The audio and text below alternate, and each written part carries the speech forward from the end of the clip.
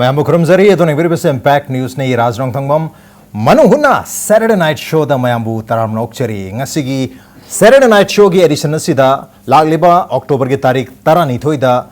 Bhagachandra Open Air Theatre Mayamna Board, Hainakanariba, Palace Compound in Faldaliba Theatre Sida, release Tonagudamakta, premiere show Unagudam the same Southern Lerba, Manipuri, digital film, ABC Zero High Film Sigi. Promotion hai batare entre film si karino hai bagi hai petang teaser ma lehono gi damak tang si film asigi matang da khanna ba hai tare lengsin ro leibiri ba khoi gi Manung Hutna Saturday Night Show gi guessing asi matang tang hai jagi aham da hari ba film asibu film asigi wari bu screenplay bu dialogue bu amadi isai mixing bu ningthi jana ibiri ba dum laba sangnai raba khoi gi screen writer dialogue writer hai batare khoi gi oja RK Emoni oja imu ba hamta taramokchari welcome to the show appreciate your joining. Also joining us, film sigi director oibiriba naha oriba young launa film bu masi khud tharge hai na thopirli ba dum laba khoi gi Geet Yumnam ni Geet pusu taramnokchari welcome to the show appreciate you're joining too. Also joining us film sigi thawai oriba hai batare ABC masigi B oibiriba koi bobo gi role lobiriba dum laba naha oriba actor talented actor dum laba Lemba pusu taramnokchari welcome to the show appreciate you're joining. Also joining us film masigi glamour caution glamour gi machak hengalan bada temperature wangkhalam bada Imphal gi Manipur gi temperature wangkhalam bada chawn ba thogdang lori ba dum loba film masigi actor hai batar female actor lead lobi ri ba dum loba koi Niki busu taramnokchari welcome to the show appreciate you're joining too. Also joining us film asigi su yam chaw ba thogdang ma lobi ri ba as an actor moina duga miyam gi comic artist moina Manipur miyam gi saba phangduna la li ba koi gi sangnai ra ba comic artist akoigi Herojit busu taramnokchari welcome to the show appreciate your joining. Ahan ba question have tare question makti na film se laliwa taritran thoida board ta release tonu gi tumta premiere show tonu gi tumta lere ABC Zero film yoming na ABC da Zero tapsan bani adubu mamang de ABC have film ma hadi yamna popular oiba film ma legre film se ma adum oja RK mo adum ibikhi bani adu handa ki film si Zero hapsalisi masi prequel oigadori bra film si ABC hari ba hanama success oino le film sigi mamangi part oigadori bra natraga part 2 oina makha sandar poi durira karigadamakta ABC Zero hari bino natraga mamangi prequel oigado oitaragadi haidi ABC igra matung da natra iringai da chithau badagi masidi prequel da chatra yade hadna film cinema poi dura karino kitang abios masi ABC Zero si hoi aina part Zero ina semjabagi maram hai tare ni maram si film si ABC si hana puthokraba matung ABC na piracy satkraba matung da yam ningam da thau khra thokhi okay piracy satkre ABC si even hek puthokna hona matam dagi ABC si adum piracy thwe hai la kan sida khangogdana akhoi gi loislam dai di oiba aduga akhoi da di sales yam mangi film oiba dagi masigi nungai tabasi Atopa another producer tholak pada thengna da na ba na ani ni mari na film am same okay film si da maroi na hoi superstar kanam yaude only akhoi gi due films ki ko actor hai tare khar lejari adu ma'am se pullaga film se same adu gi matung da akhoi na ABC Zero se next project ani ni mari mathang da adu suddenly ai gi thabak khara chin gi ba ade atopa thabak ma'am lei bedegi ABC Zero se nam ni na even Gokul bala unaba yaugi matam da okay sangaga mayam de salaga simasi namdawam ne adagi moisam chinba matam sida namning ba gi changdi wang leiba okay iban adugi matung namakta kan sida isi lepaga leingai manung sida khangogdana akhoi gi lemba ma theater da kaida de akhoi gi film khara adum yawga lapani aida script sisoina mingon is pinning da adu lemba sidi I am Tazaba Am Oibnina, Lembagi Tim, I direct producer with Tim Mama. ABC Due Film Production, Naga, ma'am, the Sengok Sobum, so Hajagio. Had the ABC Zero Tim presence nice. Nahazing energies as giving one you. Moida like energies number more than ABC Zero C, ma'am, the kind of present of Ungam Zagadorian. Credit C, Akwin Naham, one unit telling, mumming the annual in a pandragasu. Aduna. Film teams na real producer dunia real akhoi ngamjaba mai mating pangnaraga haitar ada film ama oina semble gi awa se khoina thengnaru adagi ani ni mari da khoina uthure adu matung da Zero si admai to odagi ebi ani ni mari da khoina pandam ga thamgi di films ki kai pandam no haibada अनौब actor सेमगत है वखलोल अमखक फाउजगिब आइगी team the फाउजगिब अदा अनौब actor ची पुथोक यानब ABC zero सी ABC हान इथुइसे दुगिने इबसिदा popular सु काव काव ओइबनिना अखोगी खुदोंग चाव खितंग लौजब हाइतारे हेरो अफाव मैम दगी ओके हाना ममिंग चखिबनि चाव लौरगा खुदोंग चाव लौजरगा अदे पोट अम सेमगत पसम लुरकपनिना हुजि मतमदा अदुना अदमाइन तौबदगी एबीसी जीरो से इगिबनी अदुना हुजे ओजाना हंगबिरिबा पोतुनेबा आइना हाइजरिबा आंसरसिना ओके अदमाइन सेमगी ओके कोई मरु आइना अनौबा थोलइबा अदगा नौना लेजरिबा कोई एक्टर मयाम सिबु हेना प्रमोट तौबा हेना डेवलप तौनबगी वाखलोंदा एबीसी जीरो सी अमुक सेमखिबने हाबनि अदु मरुना मसे प्रोड्यूसर मयाम से नहांग आतने हाबिरी मसले लेम्बगी टीम सु यावरि हरि तो लेम्बदा लाखङै से डायरेक्टर दा लाखछके डायरेक्टर कोई गेट फिल्म सी ममांग एबीसी हाइदना फिल्म अमा ममिंग लेखबा फिल्म लेखरे मरमदुना मदुगी प्रीक्वल हाइगद्रा सीक्वल प्रीक्वल ने हाबिरे वारी की मतुंगिनदी मसे नबी मतंदा एज अ डायरेक्टर अमोइना क्याम यामना चैलेंज लेखी कदाई फाउबा इसागी साइड तगी जस्टिस तो बिगिन खनबी फिल्म जे हामबा इगोन नमजेना हौको मदुम को एबीसी जीरो ने हाबा एबीसी जीरो जे हान वारी दुम डाइमो दगी तागरेबा अदा इगोन खितंग कीबम दे दुम फावेबा कीबम फावे दे सेंगा अहामबदा कुई ममिंग लेबा जा डायरेक्टर दिया खरापम माना तोरमे दगी सुपरस्टार में आनी लोमजलगा फिल्म जे अदु सुपर हिट ओइगरेबा अदु मतुंग दा एबीसी जीरो अमु लाए अदगी मीगिना 1 2 स्माइना पार्ट 1 2 लापनि सिदना एबीसी जीरो अमु लाए जीरो सिदि अमु गोकुल बोनी होइगी अंगांग ओइरिङा गे अमु तोरक्तोइनि को अदुदुना अमु अंगांग जूनियर आर्टिस्ट मैम अमु योम तोरे अदगी आइजो अमु सेग नौरे को नौरिनि अदुगमगे अकी मैम दु लेरगा जम वाना दि होना जगिबा अदु फिल्म जे होजे एडिटिंग याम लोइ लोइरे कापतोइदु गाइरे को अदु फिल्म जी यंगु मतमदि अदुम हानगी दो अदुगी माइ माइ मतम की वेब दुदी हाइतारे बको अदुगी मतम के अदु हौजि पुथोक मतम दे फिल्म जी कैसु चोप परोय हाबदि अदु थमजगे ओके हनो अनौबा सीजन अमगी ओइना अनौबा जनरेशन की दमत सेमपनिना हौजिक लेरिबा जनरेशन हौजिक लेरिबा टाइमिंग जी ओइनादि यामना चानागा द फिल्म ओइदों वाले हाबगी पोटेंशियलिटी दुने कोइ डायरेक्टर बिरि से मथंग से लेमदु मास्टगे ngasa कोई स्क्रिप्ट राइटर है बतारे स्क्रीन प्ले राइटर न सो हाइबी स्क्रीन राइटर ना लेम बोही की टीम से याकना यो हाउ हाउ तौदना फिल्म सी तौरसी हाइबगी वाखलोन अमा लाखि है अदो तसेंगना मसिगी स्क्रिप्ट से हान लेमबदा हानदगी खंगा दुम लेरबरा अरगो टीम जिगी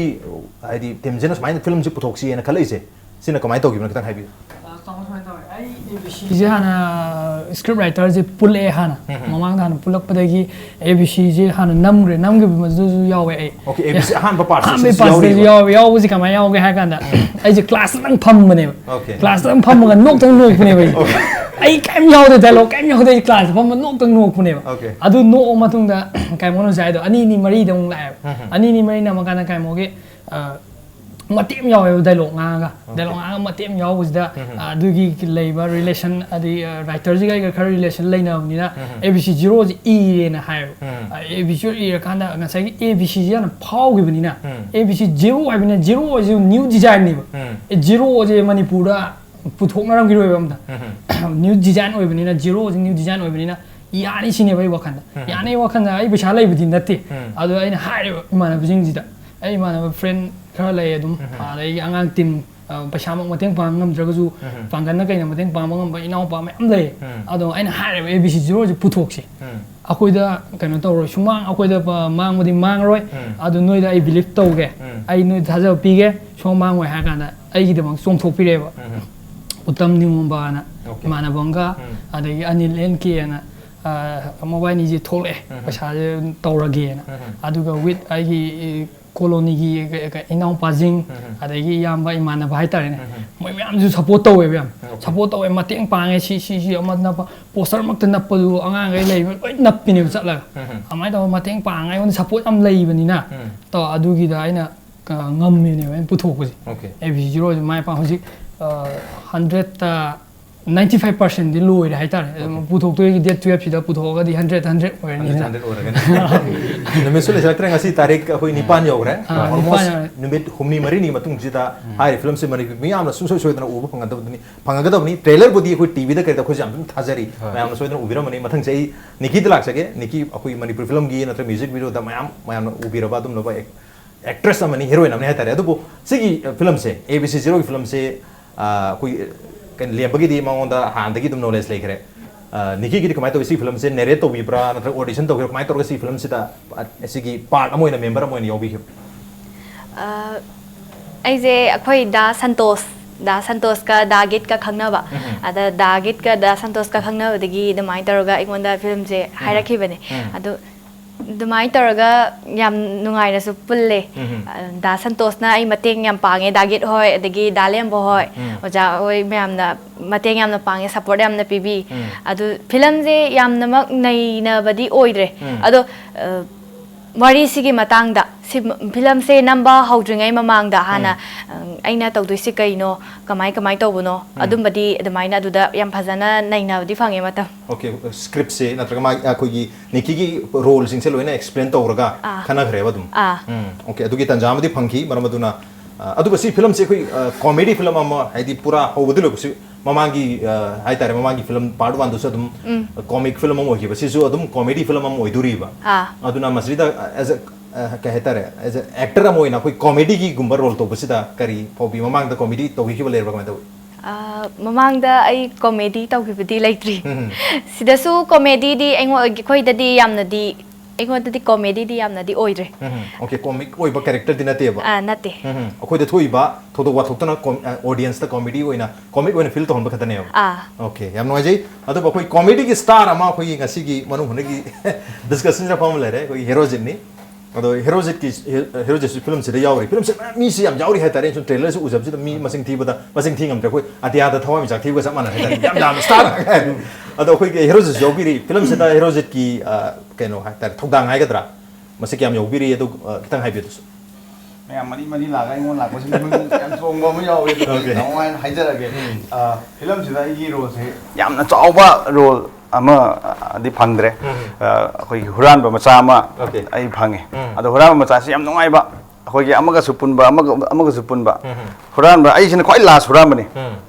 अदुगा आई मथक्ता हुरानबा अमसु लेरि सी मथक्ता हुरानबा अमसु लेरि अदो मयाम सिंसिगा आई लोइबक तोना फंगबा अदगी एक्टर सिंसे नुपीगा अदु ओरसु नुपागा ओरसु आई लोइबक टच तौबा या अदुगुम्बा कैरेक्टर म ओइना आइगोंदा फंगे अदुना मसिदा तोंगानबा आइगी एक्सपीरियंस अमनी तने तोंगानबा अदुना सियम नुंगाइबा केनोमा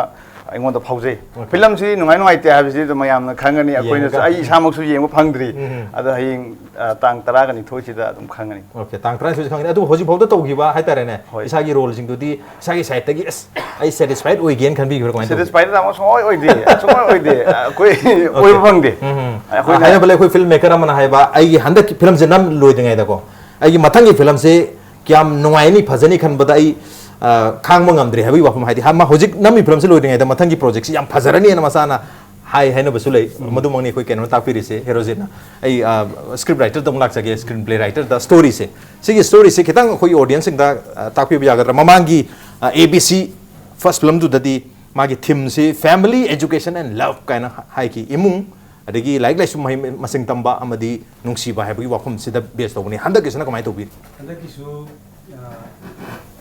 अदुम हाइफेटी माने अदुगा हंदक द होंगदोक पाइ जि हेरोजिन एक्सप्लेन मचा म तौबिग्रे यामना फनी एक से अदोम दोइना इंजन नबा न होनबा हदि गीत ने सहाय माइना सुपरस्टार मैम म यावगा अखोइना ममांग द तौगिबनिना अकीबा मैम लेबा मरमदि अतोपा अखोइना मखाताना पार्ट 2 पुथोकबगी हुजिक्सी अखोइगी हानगी टीम दो अदुगी सेम सार लोइबा तंजाम सुइबा अदुना सिगी जीरो से फ्लॉप चतपदा 2 सी मु चाइबा याबा फिल्म द लेबा की बाय तारि माने माने अदुना हौजिक लेबा पोचिदा आइना पाखतना अदुम सेनै मोइगी एवरी स्क्रिप्ट एक पीबदे हौना मोइजे अदुम सेनै याम फान तौबिरमी ngasi येंगी लैपटा ngasi खुमनाबदगसु आइना पाइ जलुरगा हायंग बाबोकना लाना लौबस अदे आइना पाइ हाइना जदबा पाइ पक्तबसी आई साना पक्तब से खै वाय बाबुंग पक्ते हाय सुम खरफै अदि अदा आई याम पक्तब फिल्म अमा मयाम पुंगनी की मतम से मांगन निंगदि इवन बोट ता एबीसी दा खै चंददना शंकर दा कैदम तोंगाना काप खिबा फिल्म अमा खंगनि मतम दुदि लोय फाव या स्कूल पाखंग फावी अदि एबीसी अदि सेरियल दा फिल्म मरी रिलीज तवी अक्टोबर अखै मार्च की date 27 ngasi deng chahi mangai mamang 2002 adai da 2002 dum haile 2012 ta tawgiba admaina tawgiba sida hujiki lairiba kaino se film se hoji yamna public ta khoina aina request tawjening bhai tare impact tv gi viewers sing amadi atopa youtube tai kai de yeng pajingna akhoi film jin nung cv duna amtang adong gi pungani kai thokpiu ado plus numitida akhoi anauba pon ama tawya gadrana design am khak tawjaduna entertainment show ma hapchei live show ni masi mayamna entry to poi khoi yam wabadu adi bot chilising taruk ni na mi lising ama muk surak pada khoi show ja hauni ba numitida planning se maina tawraga khoi team sida khanaraga adi babu wadana ba ado film su wararoi haibagi thajaba makti pibangam de du abc pamna yengbi ba jing dudi even hoji cassette silver disc sa khib jing do loigre ai adum mayam gi market so ai ta mi moina yenge ba akhoi film jade hoji film wari samne de haibagi akiba mayam leiba ai mi ne asnang film do script to manga di khola di haibe pressure sina angang ai sida ina ti soklang bi marai ti taw bi ne ba ai tawning badi na ta ba ai film maker film am puthok bu wa su urina ado marai taw bu na maram mor kanda ngasi di ai na ngasi lepte yong kana ngona nungai khra power lai adi even Herojit no explain pen de ha dum hai ngon du ma ga ge di kaino mane ba adi ibani se dum mi khuding phone da wari sana bani na aduna mangon de report se lau kan da ma dum hai ba sam ma ga e Herojit ya me si di nang ai chopor we ai hai ba adi mana role pa hai dum tak ka singok so ge role pa ju khram ba pik pai ra aseng bai di film si da na adu tabi ho kaina adu khamiro si adi Niki hogi kaino gi so ngasai hangbi gi bido ade abc da khoi nok na di tawdi script sida forcefully nok ta hapse laga noning gira non na budu di tawdi adu su tawde adu mamang dai na izagi ba ngai da su ai forceful se yamna nuai jada bai tare ngonda tiki hot pai tap ta simadi tawning da ni tawgi de Niki no hai du su Niki gi dialogue am lei dialogue tu nuai phawni ba akoina comedy pam ba khoi de akoina khanja ai gi khanja bani yadi nok na ba taw di nok loi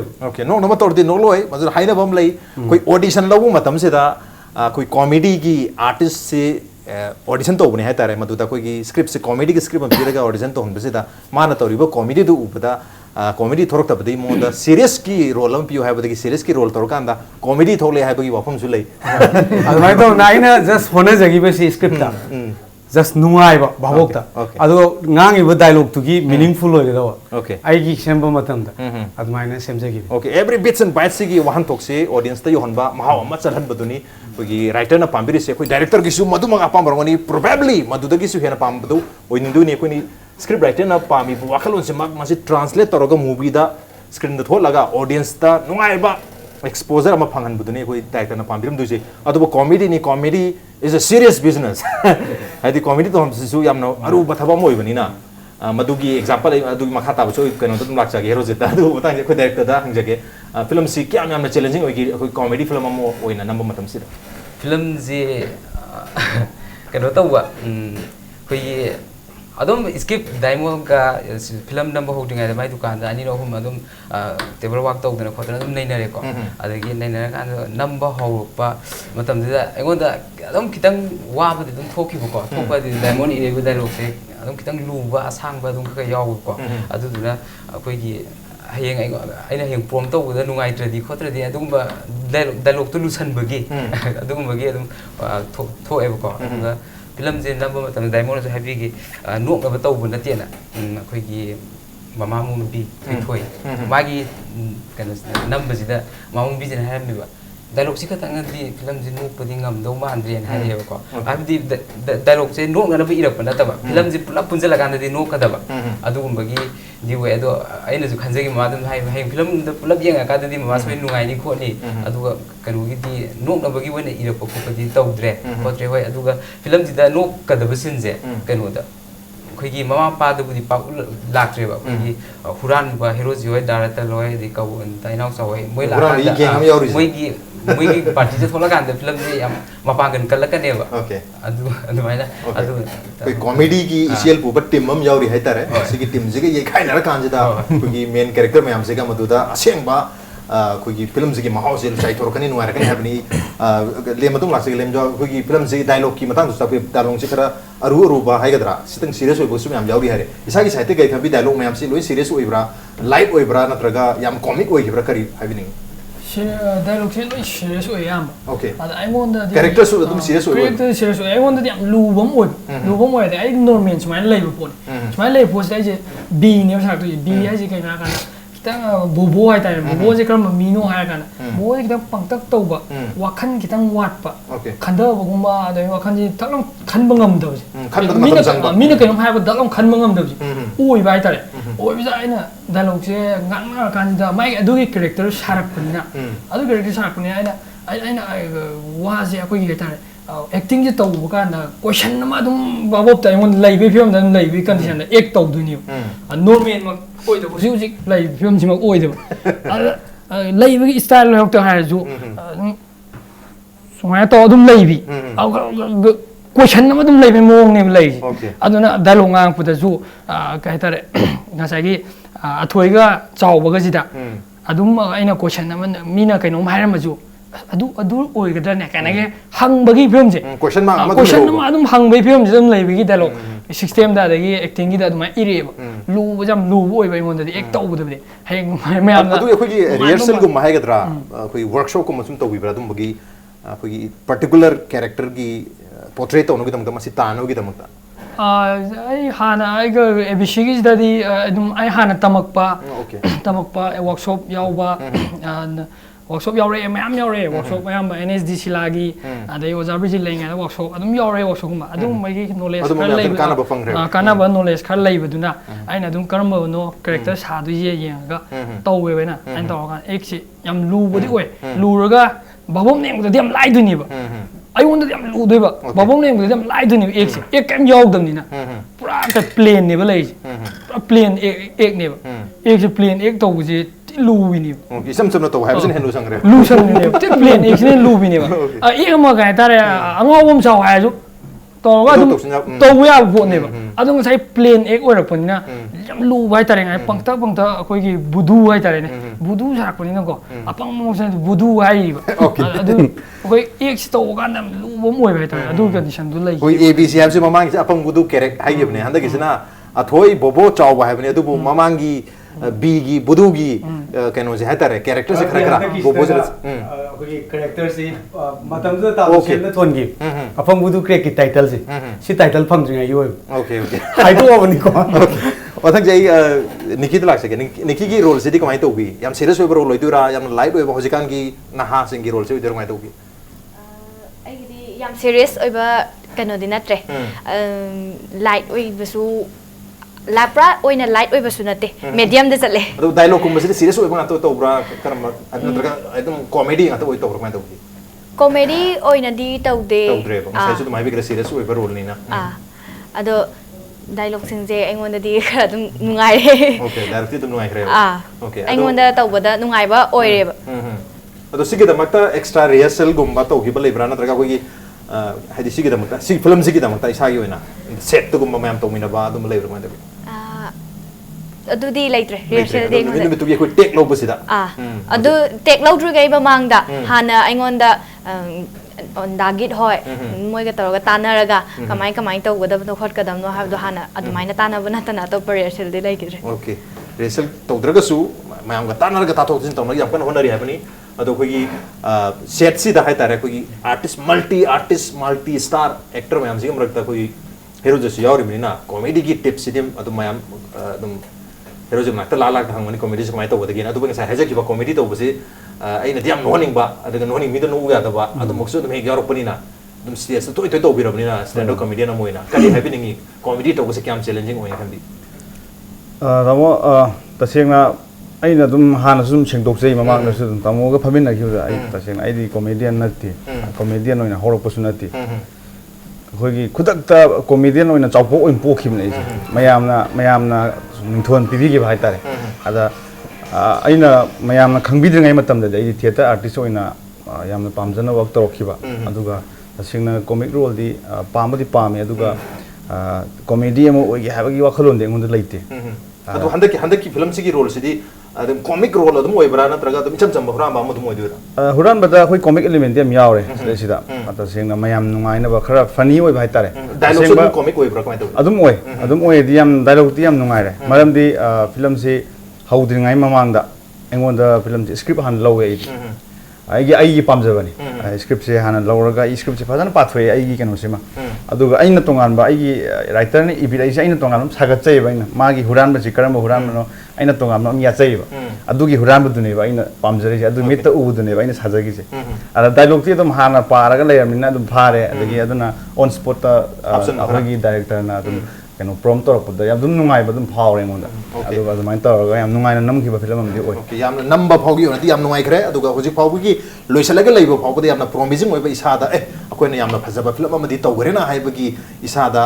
self कोई auto suggestion information मैम लेबनिना मैम द confidence अमदि ओय लाकदोरिबा October की तारीख 30 से याम फजबा फिल्म अम मणिपुरी मैम दा पीबा ngमगनि हाइबा टीम सिगा चे पथाजुम लै on the not break project break की मतुंदा कोई टीम सिगा साने द वाफो मैम लेजरी ब्रेक याम थोजरके impact this to make that Registration Hauzare MCS 2016 की वाइवा बोसी की दमक मॉक इंटरव्यू याउबा स्पेशल इंटरव्यू कोचिंग की registration Hauzare अक्टोबर 9 दगी 13 फाउबा अयु की पुंग 3 दगी अमा फाउबा एक्सपर्ट सिंगना इंटरव्यू टिप्स पीगनी लोइना मेंस माइ पाकलबा कैंडिडेट सिंगा इंटरेक्शन सु पांगथोकनी अक्टोबर 12 दगी 13 फाउबा अयु की पुंग 9 दगी अमा फाउबा मॉक इंटरव्यू पांगथोकनी ngasi mak register tawbi horo registration की दमक proactive academy of competitive examinations Kwakaitel Imphal the contact tawbiu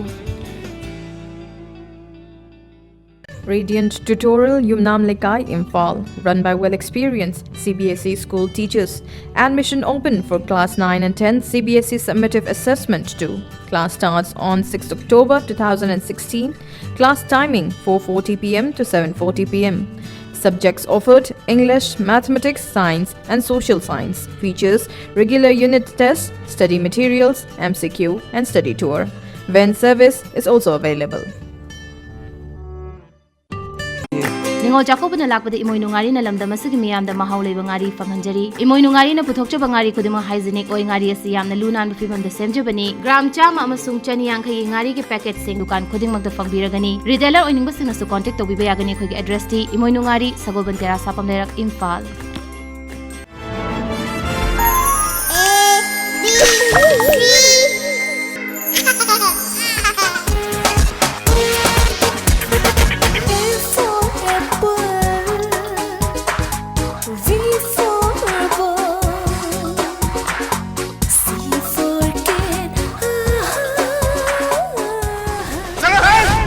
Nakok to the York Chokri, the Tom of the Egan on Judy. Like Zero Japaboom. Love the Zoo. Zero Japaboom.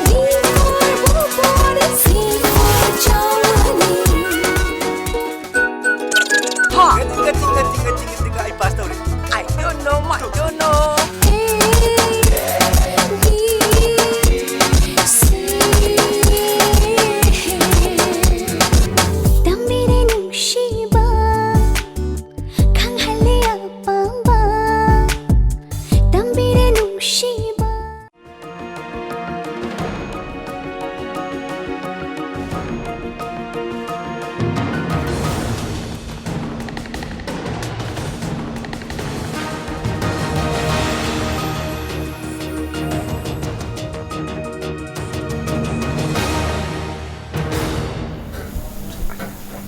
Welcome back. Atong nimbiribasi Manung Hutna Saturday night show ni with me Nongthombam.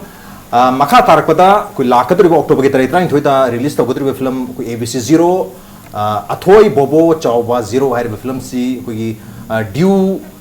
films production ki banner makha ta puthokada bani aduga film sida kui yauriba kui casting sida khaba yaure mukabla yaure kui Lemba du studio lengsen nulere isita yauri ithoi yauri aduga kui Niki su yaure kui lead role dam kui taruk sin oiduni makha tarakada kui Ratan la yauri kabul ina chayari Jenny khurai pau yauri kui Herojit dum yaubiri aduga kui film sigi atopa crew sing su loina ngasi gi Manung studio lengsen nulebire director yaubiri aduga kui screenplay writer su yaubiri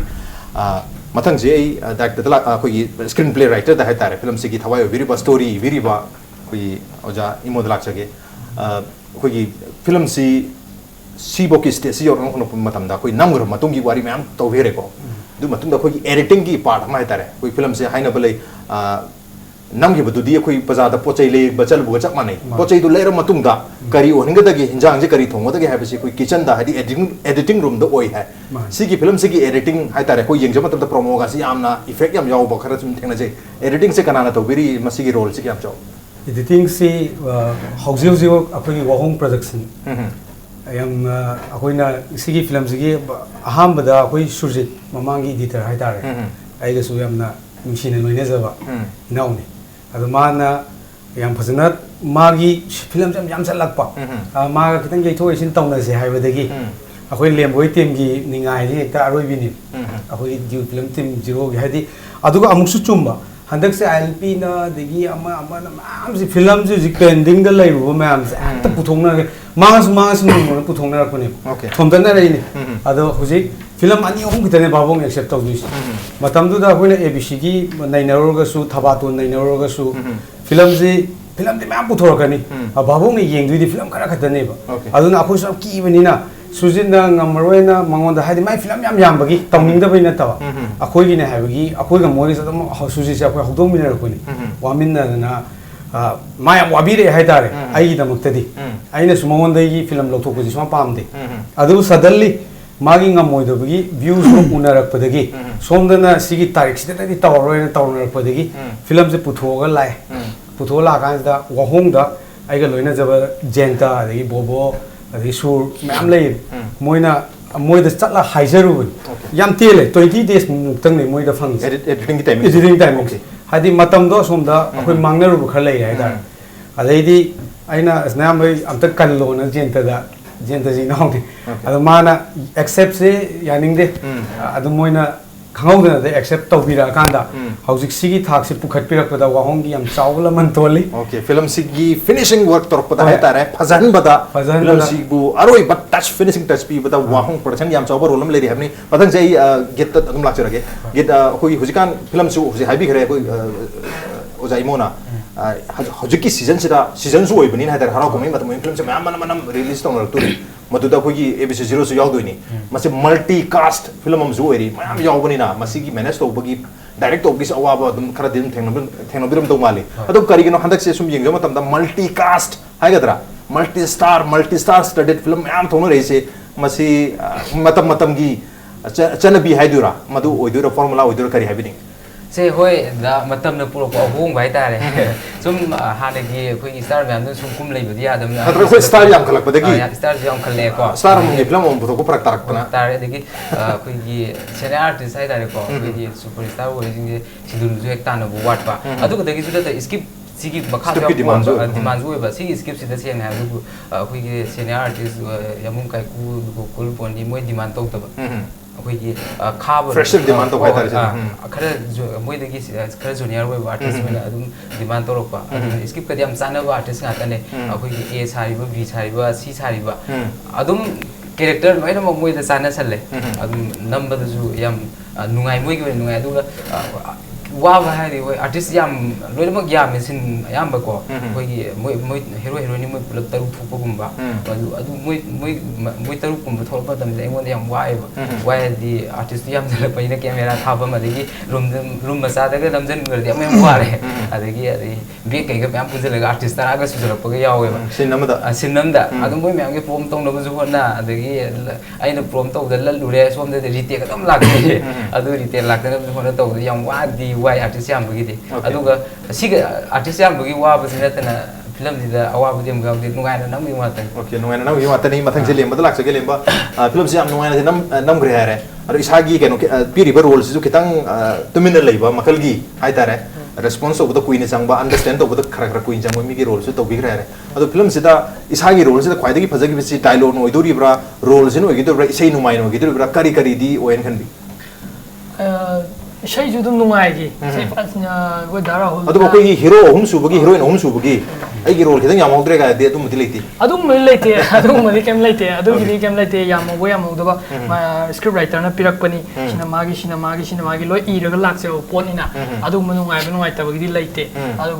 script writer ना पिरैबा character दो अखोइना मानव साबदो अदु खकी वाने okay I की तौन थोपा आई की प्रेमो दे पिरैबा role तो माना तौगिबतुना रोल छांगिरा तेनगिरा मदुदी हेल मरु ओइबदी मदुनी हाइबनी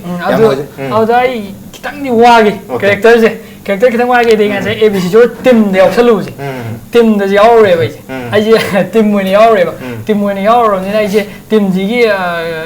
इमानबसिंगसु फिल्म की लाइन दनी मोजु जीरो ने हाइतारे खंगद्रने गेम त सुमाइन सुमाइन तौइदो ओके अदुन प्रोडक्शन दसु हेल्प तौदुने हेल्प तौबनी नैना सी तौरो खितंग हाइबजे कैरेक्टर आइजु सादुने आइजे अदुइ मथक्ता मु सी तौरो मोइदसु हाइदुनि अदुइ हाइबदु कंडीशन द लैबिने एंगोंदा खितंग नि रोल जी वाबदि ओइगिबा okay in front of the camera ममांग दसु कैमरा मनिंग दसु अनि मु लैगिबनिना आइगोंदा खितंग नि वाबदि ओइगिदो यानमदि तौगिदे okay नुंगाइजे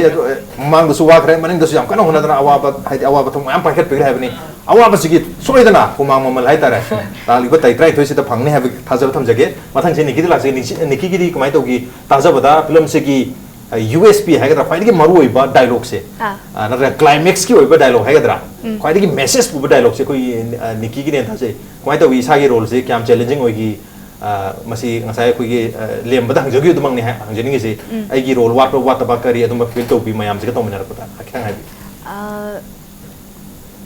aingonda dialogue se yamna pi de aidi aina pen da budi kem ta laitre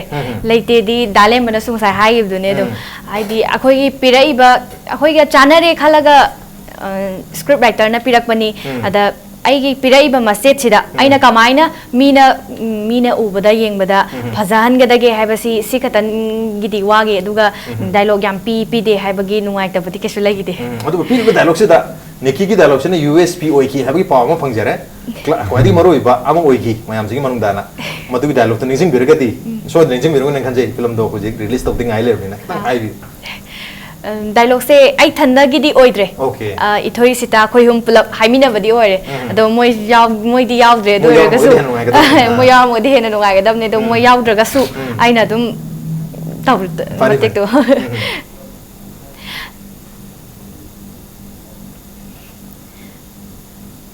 Lairik ta zero chatpagum laptasu zero chalo punsi lambi do zero chatanaba okay lairik ta zero chatpagum punsi dasu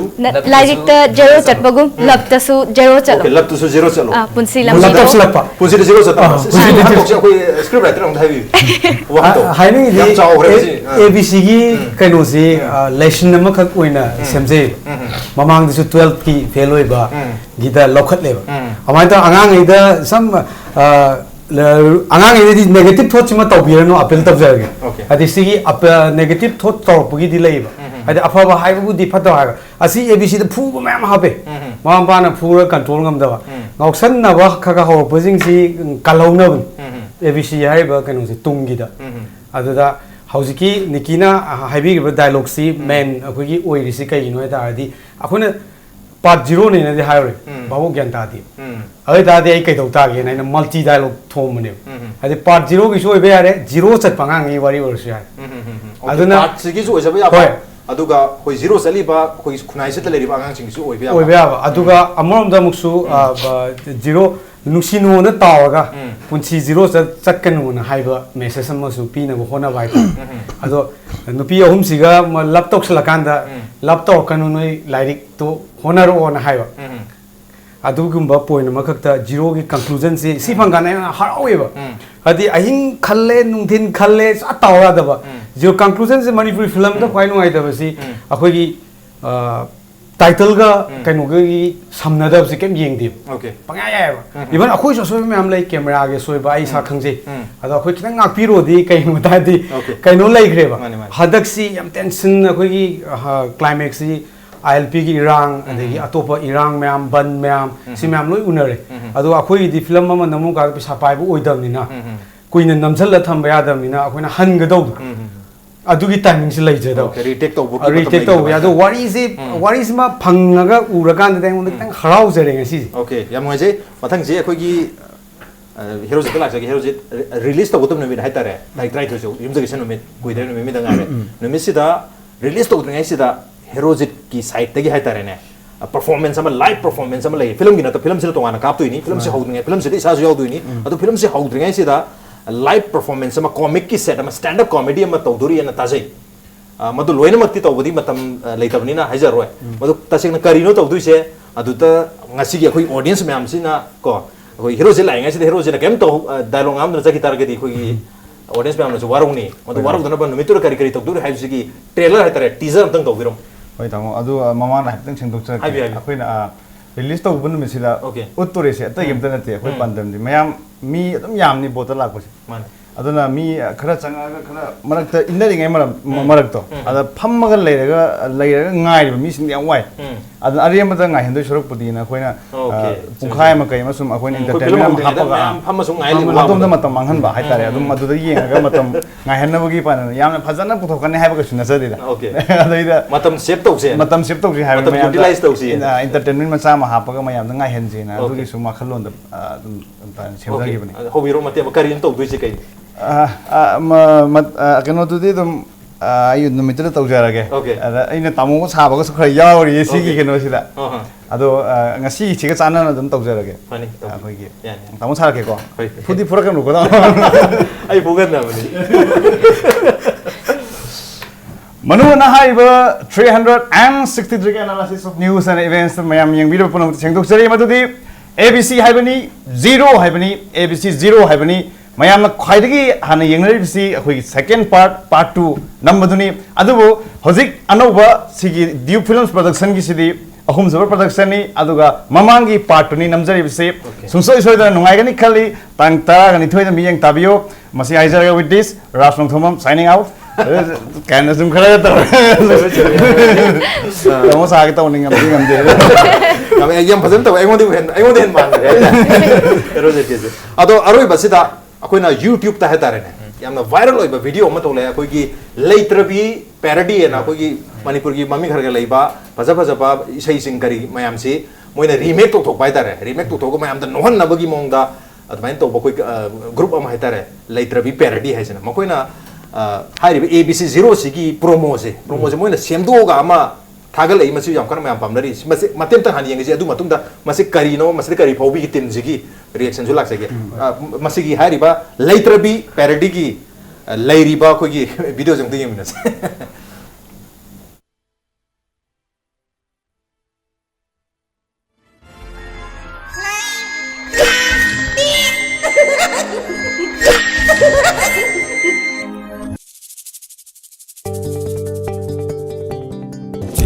Gani aina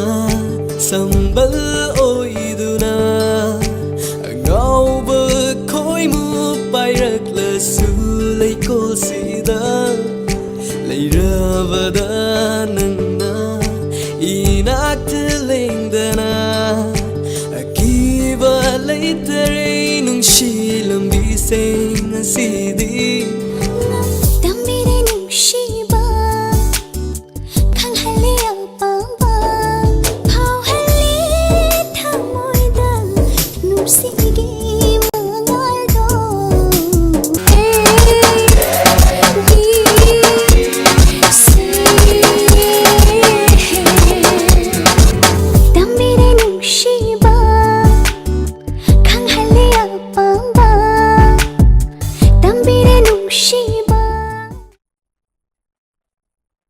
video si yam na hari ho boga aroi boga dia mana raga maraki sine ba semdok tuise adu maroi na usida aroi bogi tu da ko gi ABC to gudu ko linda gi ne khangjare ko singer linda se ko asi thadok tri bine ko et kitang sem bine ho ji okay adu sigi sei sumaina ga ko gi later bi parody na ga sumai putor pose kari habi ngi mayam reaction khaga habi ram ai reaction na hai pare pare ko ke ozai mo te hobiro yam positive ne haibadi Manipur da comedy to bai basi akoi kha popular oi ba pot ta oi even akoi pabung gi sai yam popular oi marathon akoi gi sisu kwai gi highest ken oi ba isai je koi na hek thadok pun mita 6500 the download to gi record ama thamjal le okay akoi sisu admai to na hek fast day popular oi thoga akoi just 1 week father ngai da 4 days da akoi ji sabe laila lemba sabe laila entry to hai adu next week ta song oi second position fangi ai sai se popular oi bagi akoi da oi de khangjaram da ne me amna sum hairak padagi to tan tha top 10 da tan tha top 10 gi report ki mating na phasi tangam dre hoi manak ta lai do phasi ta dre su yare matang zero se ki dok so second se dum 10 se ba hai da akoi na namjai level du ga adi पैसा चंगी film इसे फजन जाए okay या मुझे director तक cut तक जगह अखोई माइ पेरडी में थोड़ा कुछ समय ना कनो दे माइ पाक पुने लवे अखोई वान होना जगह तो ठीक है फजगेरा मतौ तंबी रख बजे अखोई की लाइक फबने अदि हाइजनिंग ओके अखोई लेम तो से लाग से लेम कर हैपनिंग लेम बगी मतौ तमेरो जिक कना यो दिन नु बाम याव जिन गाम ले आई हाम बजे ये मन नोक बदे संदा दो मोइस माइन तो बिरो पजे तुम हार नुंगाय अखोई तुम नुंगाय नोक पकोट नुंगाय बने ओके निकी दस लाग से निकी काय करी happening नुंगाय फावे सुमाइना अखोइना सैजी हानदी popular oidribra haina khanjaram bodo moina smaina matau tambira podagi sai je kharadi oiraba jani haiba je khara tan si khangudagi khara sada nungai ba fawe be koi film laktring film se yeng aba matung da koi feedback lak pa na mayam haini six di film se laktring da feed forward hai tare ana message lak bodo masala nungai ba feeling amani amoi je sum makhal ki reaction lak ko jam koi team jigi success amani hai tare release mak tok dringai sida adu aroi boina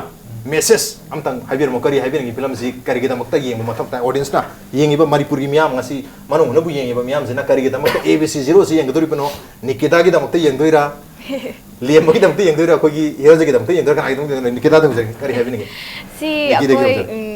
artist ki da makta yeng da badi natre nate di koi gi angang koi ka haitare lyric ta zero satpa mayam da message oina piba film oibanina adumaina adum bagi oina genga da banai message film ne adu bo herojit lak chage herojit ki di message ani pi dore film dosu yaw dore film hodre mamang dosu performance am lei dore like nine thoise adu isu film se kage dam te yeng do no kari lein khan bi lama ai gi wa khalon da di khoi gi film si yeng do se sida film sida tongan ba khoi gi message macha am yaw re khudam moina hoji ki angang zero chat bagi moi sing jina kamaina hay angang mama pasing handle tongni khotne habagi matang khar yaure adagi huran bagi element ama khoina yamna kaino tong seme amna comic element hapaga adu huran basi kona khoigi kamaina huran drakan da kamaina ma masagi mama ipak pokotpa adu yawba khara mayam nungai na bai tare huran bagi technique tam biri ja tinate huran bagi se sem base last one apna haja wi okay habi particular khoigi mayam phan thoki bu thodoks okay aseng nungai ta bai tare aseng story din inspire huran man natli natti sigi pot si khoi da questioning oi lei bang si su dum namni namjan gre poti adu pot se na positive oi mong da okay adu gi funny e goina admai sem aduga mana sigi message macha mayam si yeng biro aduga hoji aina haijaning sidi film se khoi gi comic element yaw semani mayam da nungai da ba na semani mayam ponna yemina sena maram di hoji khoi manipur khoi ware khoi mayam chaotic oi society ma oi ri ba khoi aduna kitang akhoi minute pung ani dang hak phamaga mayam nungai minasi adu gi wakhalon da ide dumaina ai haijage okay pung ani da wara sung hakang mo nominasi mayam nungai thong minasi habani yam phaja wakhalon ni lemba da lakse lemba film sida lemba gi site gi hoi film sidi khoi message mayam lai re adu lemba gi site gi as masim di si film sidi yauri masi gi damte yengum thui gan khanja bakara lemba kari habini ai gi mota di yam su wabi gare mayam tim mayam siam dana khoi producer ai mota di film je yam message pi bong oi je phagi puhal laga phagi da message hai ni ada kai na kan da oi mama pa film mama macha siam je ma pa na kamai siam ga de je akoi ge tare lai thu ga di ya de ha do ngasai abc hai kang je mapa amana mapa mathanda leibani amana mama mathanda leibani amana mama pa animak yawbani ada mama mathanda leiraga mama mathanda leiraga ju angai jam kethong mothong yoga di manba mapa mathanda leiraga ju yadra sem haitraga di yadaba mama pa animak leiraga ju yadabni sem je haitraga di amama wara laga ju animak surga ju haitradi yade habni haiba haiba macha kamai sem da ge habdo haiba ma change habdo adu message anga piro piro si masi art amani science nate maro duna haibam change agi message yawi aroi bena cut to director ki site gi kari masi film se da yenga da USP unique selling proposition unique selling benefit kari ne kan bi film jida yam ba kaino khoi gi singer ba hai tare khoi gi abc ne singer ri je nupi hum je thekna ru dai ne ba moi da thekna ru moi gi moi na wahai khara abc ka labta zero sat lo phosi lam bi da zero sat ding da digai ne dialogue set moi da taw ba da gi moi da singer bam phau gre ba singer ba jina moi 10 pass taw ngam me ba si jina amarom da singer ba jina aina taw gi khali ba pandam du phang ba ngam ni film ji da ju si message se ju lai okay singer ba si ya mathok ta have ni challenge to fight to ba yam noi je ngasi tongan makal gi akoi gi haidi crew members in cast member team lagang wari sabi ba film si matang da yang noise tu film si atop crew member so loi lam tar ke hian noi ke to mani mayam so suraga ko adu bu mayam ge achin mayam le na badagi loina lak pangam dre tare adu ga khoi studio gi so achin mai tare so loi dam na ro loi sungam jatre suramaga ti noi le matang da hian na suna bona jage adu ngasi gi thom si da mayam loi lembir patin sidagi achin mamadam khaidu piraga lali batai prime thogi film sigi damakta masigi damakta khoi impact news ki site gi maru ina thangjam egro gi ligla gi site gi mayam da khoi gift hamper amom tam bijage gift hamper zaina sala tara pun mani thokpu yaro mai go kari mayam yana le re mamda khoi gi floor gi manager obiri ba khoi gi nisi arambam sin aribam sina aribam nisi sarmana amom tam mayam khotol tam jage thank you ai mag na kibne khanna lobi roi tam gift sem ta khoi amka hajag hetare koi promotion khara tawre koi ligla gi site gi hetare thangjam egro gi site gi koi lai ba ge sing sigi thawai yaw jaba ma koi gi determination ma koi gi puchel sing ba mayam sigi damta koi yam draga su ka jetang waraga su ko gi hamper tang khodol tam jagi ham tam ligla hara hara to bi badum lobba gi hamper ni am ngaje ngasi gi smainer lingder tam mayam na manipur gi am ngato waraga su film haudingai se film gi pungani gi mamang da ngasi pungama impact tv da laga impact news da laga miko khara do rasu entertainment haitare natraga wari wapa mayam thambirum gi damakta koi lapiriba abc 0 gi team bo amukana thaga ja phonduk chari aduga film asi soidana success oigani habgi thaja basu lejai success su oibi habgi thaja basi thamjaraga ngasi go nadi thormse matang solution jarage mayam bo amukana thaja phonduk chari appreciate yo joining masine ngasi gi manung hona saturday night show gi thorom ngasi gi thorom se kam to bibuge ko dikhan birpu yagani koi email id impacttvnews@gmail.com natraga koi facebook page www.facebook.com/impacttvmanipur da join to biraga comment amadi feedback thabir puyagni. Well, ladies and gentlemen, thank you so much for joining us from the other side of the screen. Until next time, this is Nongthombam signing off. Khuram jari.